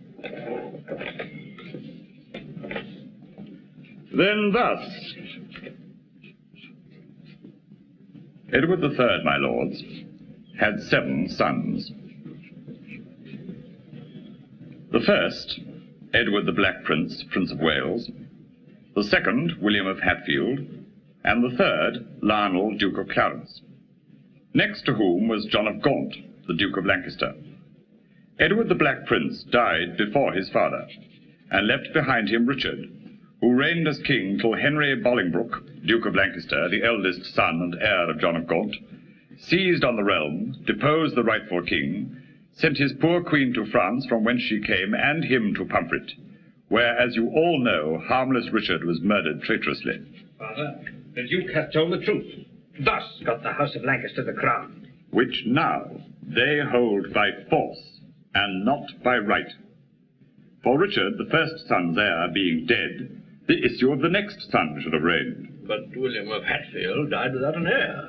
The third son, Duke of Clarence, from his line I claim the crown. For if the issue of the elder son succeed before the younger, I am king. What plain proceeding is more plain than this? Henry claims the crown from John of Gaunt, the 4th son. York claims it from the 3rd. Then, Father Salisbury, kneel we together, and in this private plot be we the first that shall salute our rightful sovereign. Long live our sovereign Richard, England's king.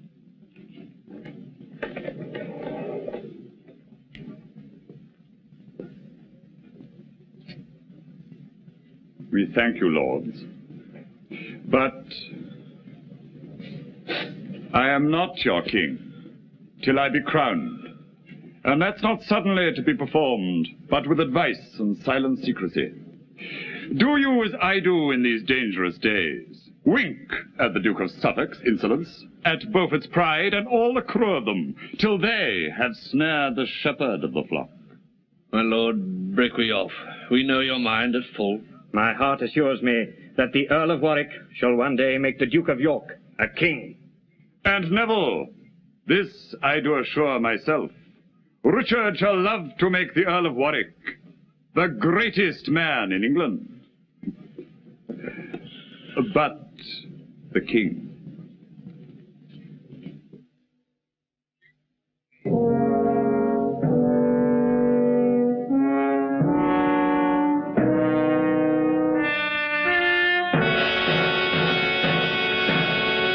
Stand forth, Dame Eleanor Cobham, Gloucester's wife.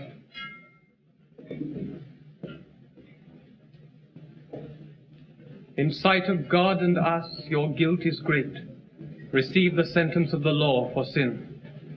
You 5 from hence to prison back again, from thence unto the place of execution.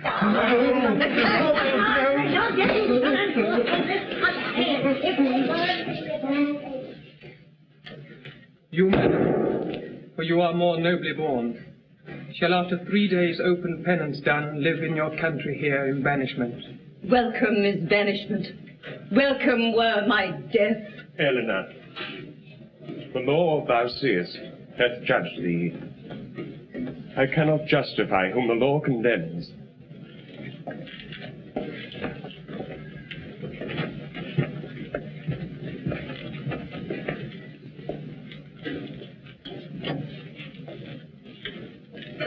I beseech your majesty, give me leave to go. Stay!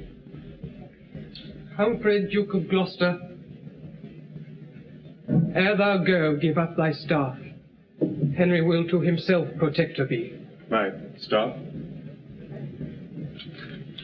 Here, noble Henry, is my staff.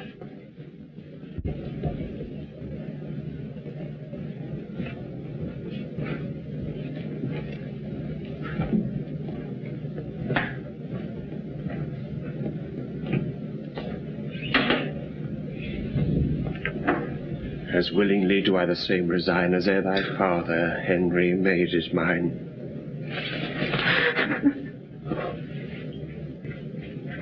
May honourable peace attend thy throne.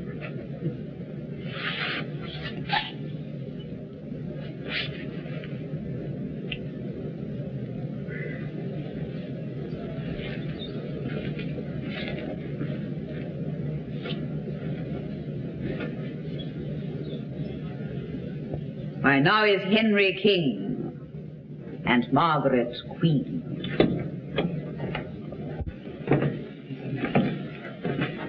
Please it, your majesty. This is the day appointed for the combat, and ready are the appellant and the defendant, the armourer and his man, to enter the lists. Will it please your highness to behold the fight? In God's name, see the lists and all things fit. Here, let them end it. And God defend the right.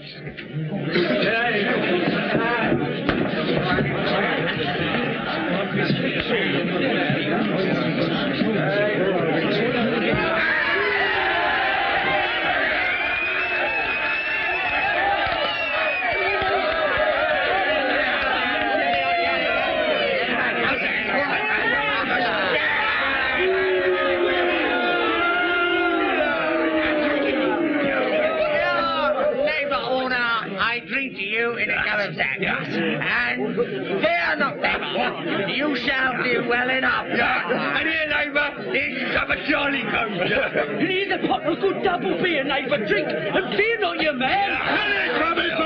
I pledge you all, and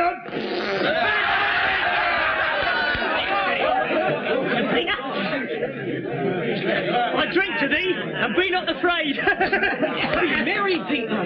Fear not thy master. Fight for credit of the prentices. Thank you. Oh, drink for me, I pray you, and pray for me. For I think I've taken my last draught in the world. Here, Robin, why die? You shall have my apron, and Tom, you shall have my hammer. Come, leave thy drinking and fall the blows. Sirrah, what is thy name? Peter, forsooth. Peter? Well, what more? Tom. Thump! Huh? Then see thou thump thy master well.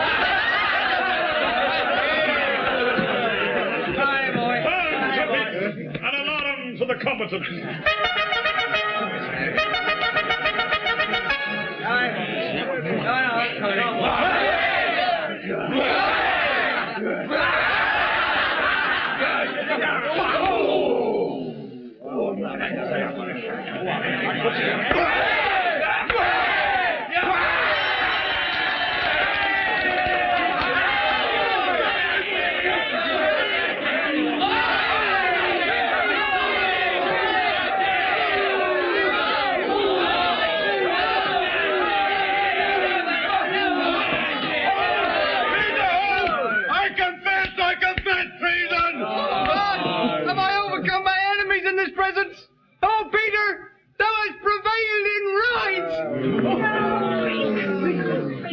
Go, take hence that traitor from our sight. For God in justice hath revealed to us the truth and innocence of this poor fellow, which he had thought to have murdered wrongfully. Come, fellow, follow us for thy reward.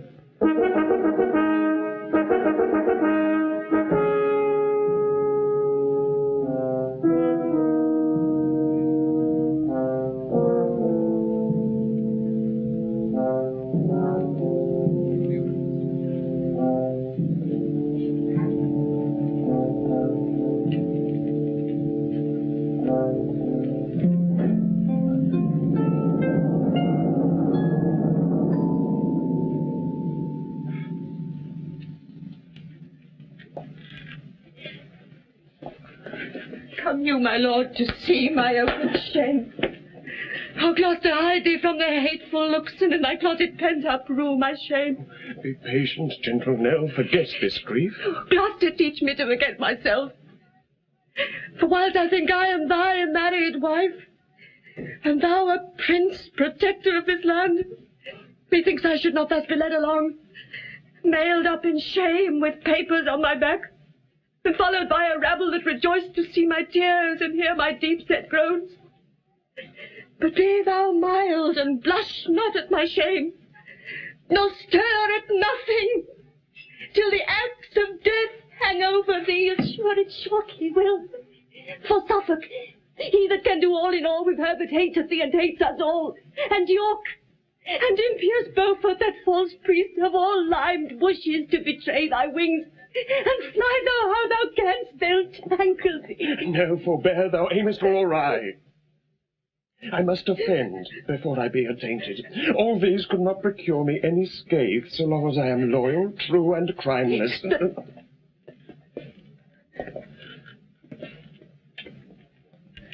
I know. I take my leave.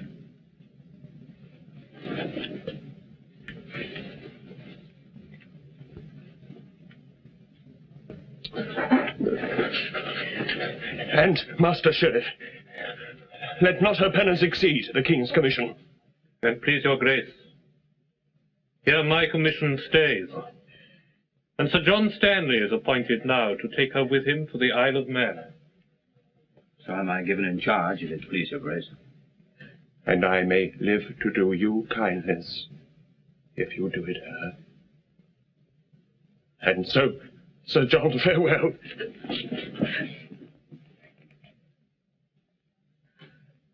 What?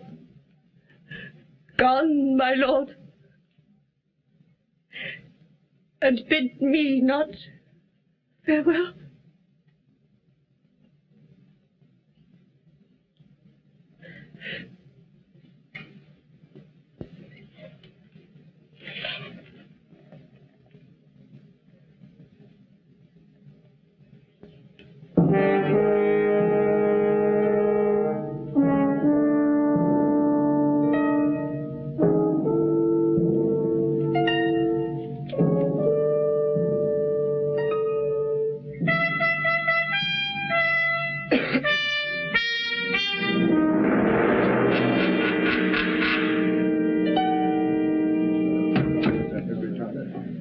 My Lord of Gloucester is not come. 'Tis not his wont to be the hindmost man, whate'er occasion keeps him from us now. Can you not see? Or will you not observe the strangeness of his altered countenance? He knits his brow and shows an angry eye. Small curs are not regarded when they grin, but great men tremble when the lion roars, and Humphrey is no little man in England. First note that he is near you in descent, and should you fall, he as the next will mount. Meseemeth, then, it is no policy that he should come about your person or be admitted to your highness' council. My lord of Suffolk, Buckingham, and York, reprove my allegation if you can, or else conclude my words effectual. Well hath your highness seen into this, Duke. And had I first been put to speak my mind, I think I should have told your grace's tale. The Duchess, by his subornation upon my life, began her devilish practices. Did he not, contrary to forms of law, devise strange deaths for small offences done? And did he not, in his protectorship, levy great sums of money through the realm for soldiers' pay in France, and never sent it? That these are petty faults to faults unknown, which time will bring to light in smooth Duke Humphrey. My lords, at once! The care you have of us, to mow down thorns that would annoy our foot, is worthy praise. But shall I speak my conscience? Our kinsman Gloucester is as innocent from meaning treason to our royal person as is the sucking lamb or harmless dove. The Duke is virtuous, mild, and too well given to dream on evil or to work my downfall. What's more dangerous than this fond defiance? Take heed, my lord. The welfare of us all hangs on the cutting short that fraudful man.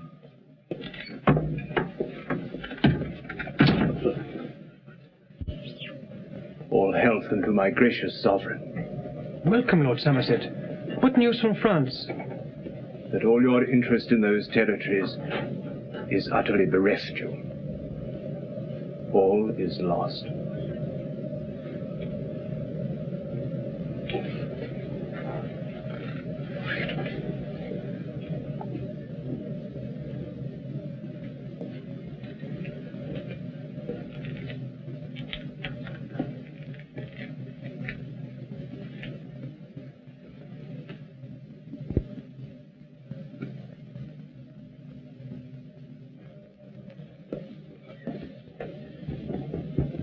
Cold news, Lord Somerset.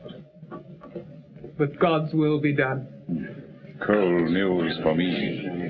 For I had hope of France as firmly as I hope for fertile England. Thus are my blossoms blasted in the bud.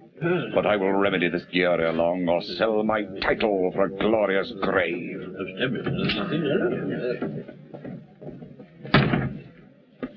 All happiness unto my lord the king. Pardon, my liege, that I have stayed so long.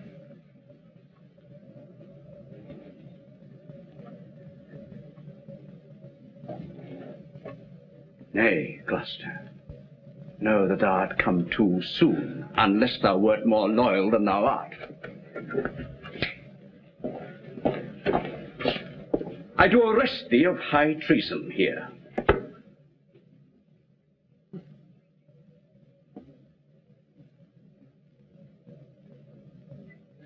Well, Suffolk, thou shalt not see me blush, nor change my countenance for this arrest.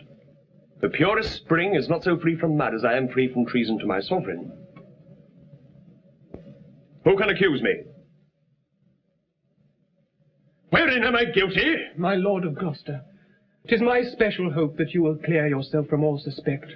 My conscience tells me you are innocent. Oh, gracious lord, these days are dangerous. Virtue is choked with foul ambition, and charity chased hence by rancor's hand. I know that complot is to have my life.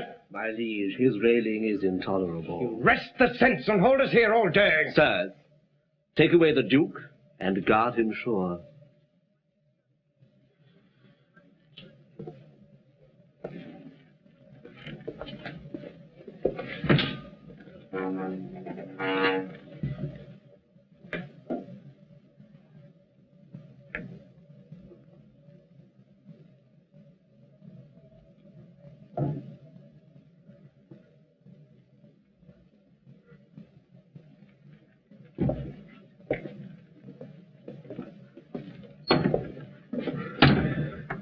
Oh, Margaret, my heart is drowned with grief, whose flood begins to flow within mine eyes. My body round and girt with misery.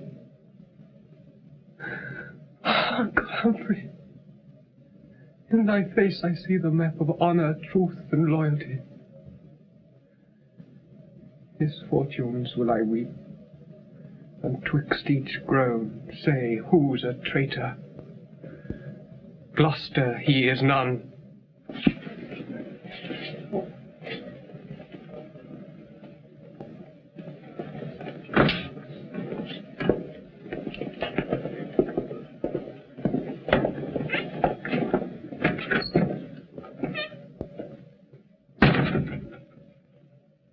Believe me, lords, were none more wise than I, and yet herein I count mine own wit good.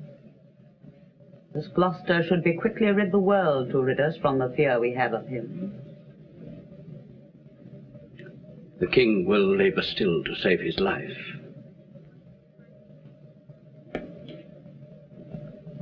Say you consent and censure well the deed, and I'll provide his executioner. Here is my hand. The deed is worthy doing. And so say I. And I.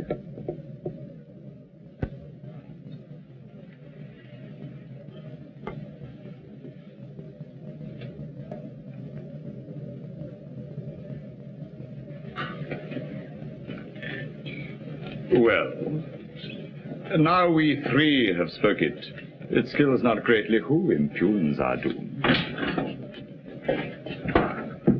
Great lords, from Ireland am I come amain, to signify that rebels there are up and put the Englishmen unto the sword. Send succours, lords, and stop the rage betime, before the wound do go incurable.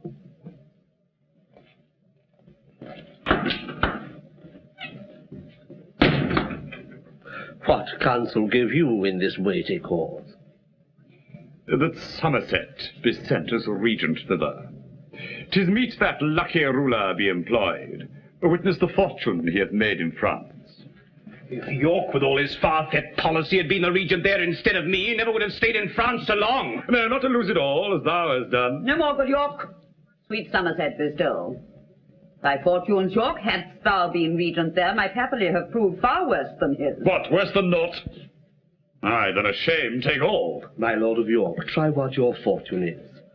To Ireland will you lead a band of men collected choicely from each county's son, and try your hap against the Irishman.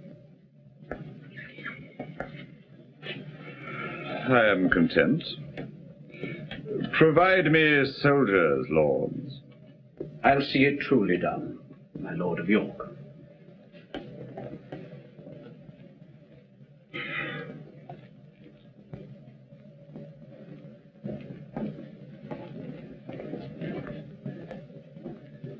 Now, York, or never. Steel thy fearful thoughts, and change misdoubt to resolution. Well, nobles, well. 'Tis politically done, to send me packing with an host of men. 'Twas men I lacked, and you will give them me.